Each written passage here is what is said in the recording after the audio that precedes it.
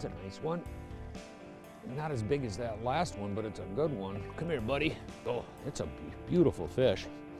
You know, what we're doing is actually fishing emergent vegetation out in front of the mouth of this bay. There's like a deep water cut that cuts in here, like 12 to 14 foot of water. And a lot of these fish, we've had some adverse weather over the last couple of days, and it seems like these fish have actually pulled up and they're staging in this deep water, just coming into this bay here. I'll let her go. When they're spawning, they're on beds, and crappies don't move very far to feed when they're on bed. But it's a different story during the pre-spawn when these fish are scattered out over the flats and areas adjacent to where they're going to spawn. They're schooled up, they're moving around, they're not tied to any piece of ground, so you do need to take a mobile approach initially, which is kind of contrary to what most people think you need to do to crappie fish in the spring. Get on your trolling motor, set it 30, 40 pounds of thrust, and keep moving, keep searching till you find the fish. Realistically, when you look at early season crappie fishing, there's three different locations that crappies usually spawn in our northern natural lakes. And the first place that they go into, which warms the quickest, are the back channels. After that, you have these shallow backwater bay areas like we're fishing right here.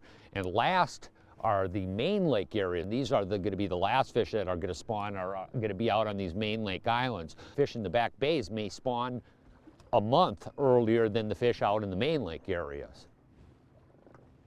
On what? A crankbait, a little Rapala finesse sinking crankbait. Look at that, that's cool. That's a confidence builder when you do that in the first cast. Look at that little ultralight crankbait here by Rapala, finesse sinking. Made a cast, counted it down for about 4 seconds, about 4 feet, started doing a slow retrieve. And before you can catch pre-spawn crappies, you first need to find them. That's why we like to begin with horizontal search baits. Tops on our list are mini crankbaits, like Rapala's ultralight minnow, shad, and crank. Swim baits like Storm's 2-inch swim shad, and hair jigs like VMC's marabou jig.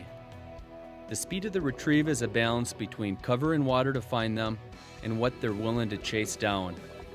Once a concentration of crappies are found, slowing down and casting a VMC hot skirts jig dangling below a float provides a subtler option for tempting fussier fish to bite. That's a biggie there. Oh, we're talking. oh, I'm hooked up too, Jim. Doubles, man. Whopper there. Look at that. I got a dog too, Jim. Easy. Yep. Now look at that guy there. Wow, beautiful fish. Look at that guy. Come here, buddy. Nice, Jim. You know what you said there, and you said something really interesting. And what I did, you said you reeled it down to 4.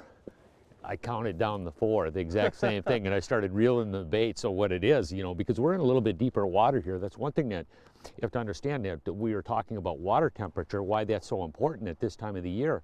Because a lot of times what these crappies will do, will move up and down in the water column. It's real common to catch these fish 3 foot down over 10, 12 foot of water. They're coming up and then they'll go into the bays. A lot of times you catch them up really quite high in the water column.